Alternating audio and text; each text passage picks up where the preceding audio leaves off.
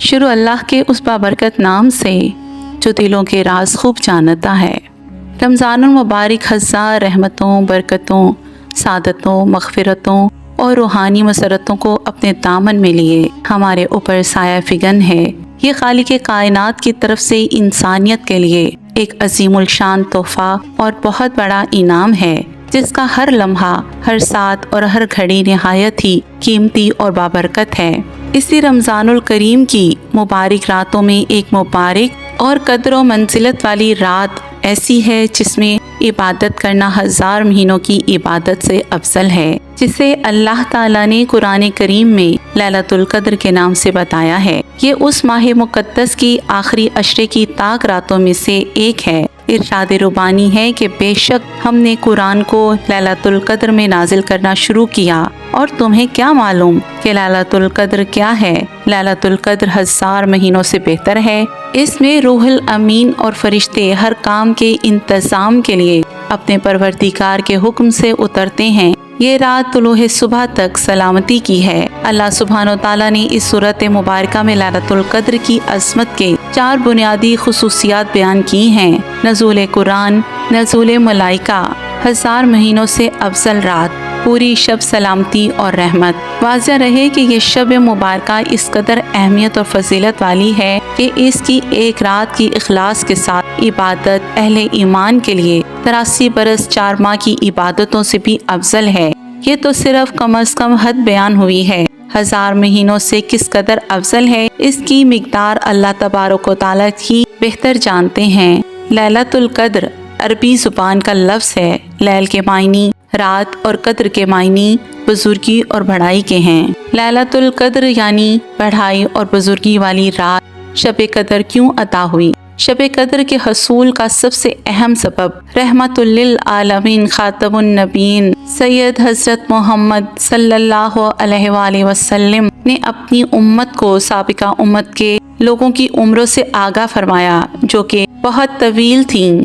آپ علیہ السلام نے سوچا کہ پہلی امتوں کی عمریں بہت لمبی ہیں، جبکہ میری امت کے لوگوں کی عمریں بہت تھوڑی ہیں۔ اگر وہ نیک اعمال میں ان کی برابری بھی کرنا چاہیں تو ناممکن ہے، تو اس کی تلافی میں یہ رات عطا کی گئی۔ ایک دوسری روایت میں ہے کہ آپ علیہ السلام نے صحابہ کرام کے سامنے بنی اسرائیل کے 4 انبیاء حضرت ایوب علیہ السلام، حضرت زکریا علیہ السلام، حضرت حزقیل علیہ السلام اور حضرت یوش کا ذکر کرتے ہوئے فرمایا کہ یہ حضرات 80 سال تک اللہ تعالیٰ کی عبادت میں مشغول رہے اور پلک جھپکنے کے برابر بھی اللہ تعالیٰ کی نافرمانی نہیں کی۔ صحابہ کرام کو ان برگزیدہ ہستیوں پر بہت رشک آیا۔ امام قطبی رحمۃ اللہ علیہ لکھتے ہیں کہ اس وقت جبرائیل علیہ السلام آپ علیہ السلام کی بارگاہ اقدس میں حاضر ہوئے اور عرض کیا، اے نبی محترم صلی اللہ تعالیٰ علیہ وسلم، آپ کی امت کے لوگ ان سابقہ لوگوں کی 80 سال کی عبادت پر رشک کر رہے ہیں، تو آپ علیہ السلام کے رب نے آپ علیہ السلام کو اس سے بہتر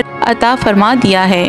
اور پھر سورۃ القدر تلاوت کی، اس پر نبی اکرم صلی اللہ تعالیٰ علیہ وسلم کا چہرہ اقدس خوشی سے چمک اٹھا۔ یوں اللہ تعالیٰ نے اپنے پیارے حبیب صلی اللہ تعالیٰ علیہ وسلم کے طفیل امت محمدی پر کرم فرما کر امت کو لیلۃ القدر جیسا تحفہ عنایت فرمایا، اور اس میں عبادت کو 80 نہیں 83 سال 4 مہینے سے بھی بڑھ کر قرار دیا۔ بے شک اللہ تعالیٰ کی رحمت بہت وسیع اور بے حساب ہے۔